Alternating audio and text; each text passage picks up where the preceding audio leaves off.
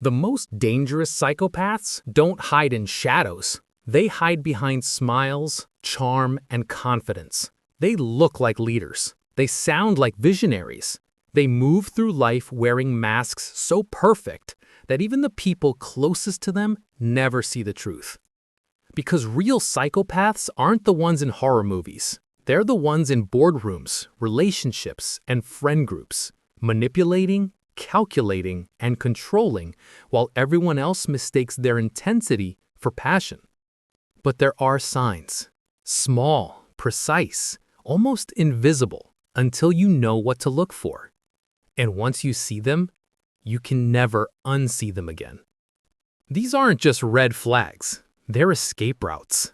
5 psychological tells that experts and survivors say can expose a psychopath hiding in plain sight. Let's start with the one your gut senses before your mind even catches up. Sign 1. Emotional mimicry. You felt it before. Someone reacts to bad news, and for a second, you notice something off. They say the right words, maybe even tear up, but there's something hollow behind their eyes. That's not shyness, it's mimicry. Psychopaths don't feel emotions the way most people do. So they learn them, they study them. They copy the expressions, the tone, the rhythm of empathy like actors rehearsing a role. They smile at the perfect moment, comfort you with the perfect words, even shed tears that seem almost real. But the timing's off. The emotion doesn't linger. It doesn't live in their body. You'll notice they switch gears instantly. 1 second, deeply concerned, the next, casually checking their phone. When you look closer, their emotions don't reach their eyes. A survivor once said, "He smiled like someone turning on a light switch." Perfect, practiced, empty. That's emotional mimicry. A mask worn so well, it fools everyone except your instincts. Because your body always knows before your brain does.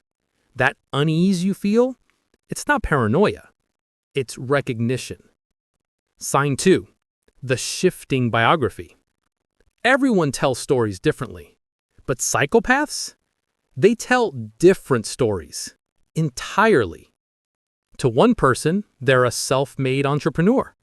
To another, a tragic survivor of childhood abuse. To someone else, a creative genius misunderstood by the world. Each story fits the listener perfectly. You admire success? They become successful. You value vulnerability? They become broken. You love adventure? They've seen the world. And if you ask too many questions, the story changes again. This isn't forgetfulness. It's manipulation by design. They're building trust one illusion at a time, crafting a version of themselves that earns your empathy, your curiosity, your loyalty. One woman in a survivor group discovered her partner had told 3 completely different life stories. One to her, one to his coworkers, one to his family. None matched. Each was custom built for its audience. That's how psychopaths operate. They don't lie randomly. They lie strategically. To confuse, to control, and to make you question your own perception. Ask a simple question like, "Wait, didn't you say your dad lived in Spain?" And they'll smile, deflect, joke, maybe even turn it into a moment of fake vulnerability to make you feel guilty for asking. That's not privacy. That's psychological chess. And you're not an audience. You're a pawn. Sign 3. The distress disconnect. Now this one is chilling when you see it in real life. Most people, when they witness pain, they feel it. Someone cries and we soften. Someone's voice shakes and our heart tightens. It's empathy, that invisible thread connecting human to human.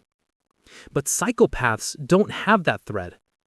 They watch suffering with fascination, not compassion. When you tell them about something painful, they lean in not to comfort, but to study. Their eyes stay still, focused. Their body doesn't mirror yours. Sometimes they'll even smile faintly, not out of cruelty, but curiosity. They're taking notes, learning how pain works so they can imitate it later. A trauma counselor once said, "Watch for the ones who ask too many questions when someone's crying. They're not empathizing, they're collecting data. They'll say all the right words. That's terrible. I can't imagine." But the feeling doesn't match. The warmth isn't fair. You can sense it. That emotional vacuum, that strange calm in the face of tragedy. It's not normal. It's not sensitivity. It's absence. That's the distress disconnect. And once you notice it, you can never forget it. Sign 4, the triangulation trap. This one is pure psychological warfare. It starts small, a whisper. Don't tell anyone I said this, but, followed by a perfectly planted comment designed to make two people doubt each other. Psychopaths thrive on division. They isolate people by creating tiny fractures of mistrust, one conversation at a time. Maybe they tell your friend you said something you didn't. Maybe they twist a story so it sounds like betrayal. Maybe they act like the peacekeeper, the only one who can understand both sides. That's the trap. Because while everyone else argues, they stay calm, reasonable, trustworthy. The puppet master behind the chaos.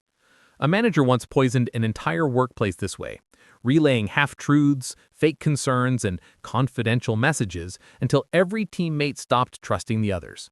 When the truth finally surfaced, he acted shocked, betrayed even, as if he were the victim. That's triangulation. And the reason it works is because psychopaths understand emotion better than logic. They know exactly how to spark jealousy, doubt, or guilt, and then sit back as it spreads. If one person is always at the center of drama but never seems responsible, that's your red flag. They're not fixing conflict, they're feeding off it. Sign 5, the boundary backlash. This one reveals the truth faster than anything else, because psychopaths can mimic kindness, intelligence, even love, but not respect. Say no to them. Set one boundary, any boundary. Watch what happens. Most people get disappointed, maybe frustrated. Psychopaths take it personally. They treat your no as a rebellion, an insult, an attack on their control.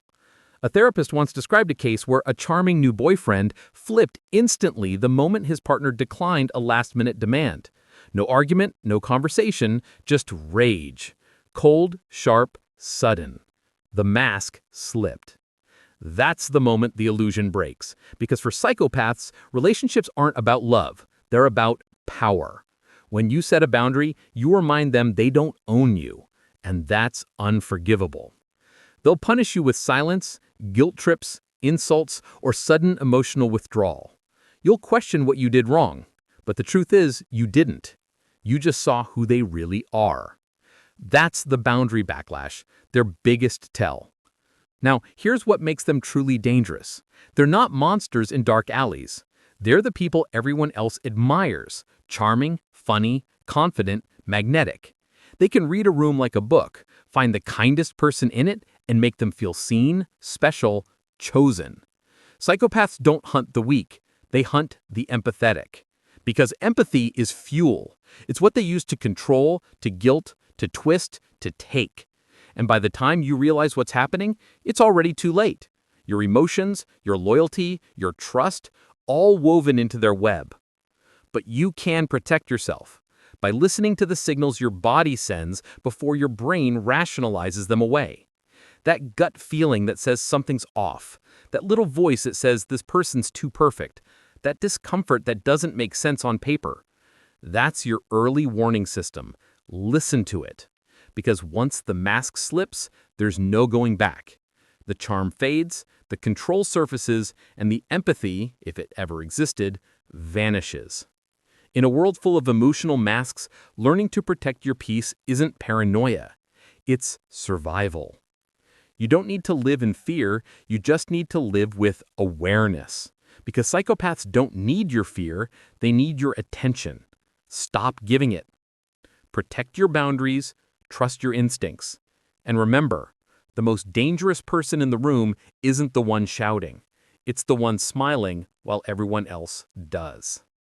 If you've ever seen one of these signs before, emotional mimicry, shifting stories, distress disconnect, triangulation, or the boundary backlash, know that your awareness is your armor.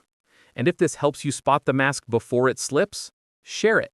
Someone else might need that clarity too. And remember, real safety doesn't come from avoiding darkness, it comes from learning how to see it, even when it's smiling right at you.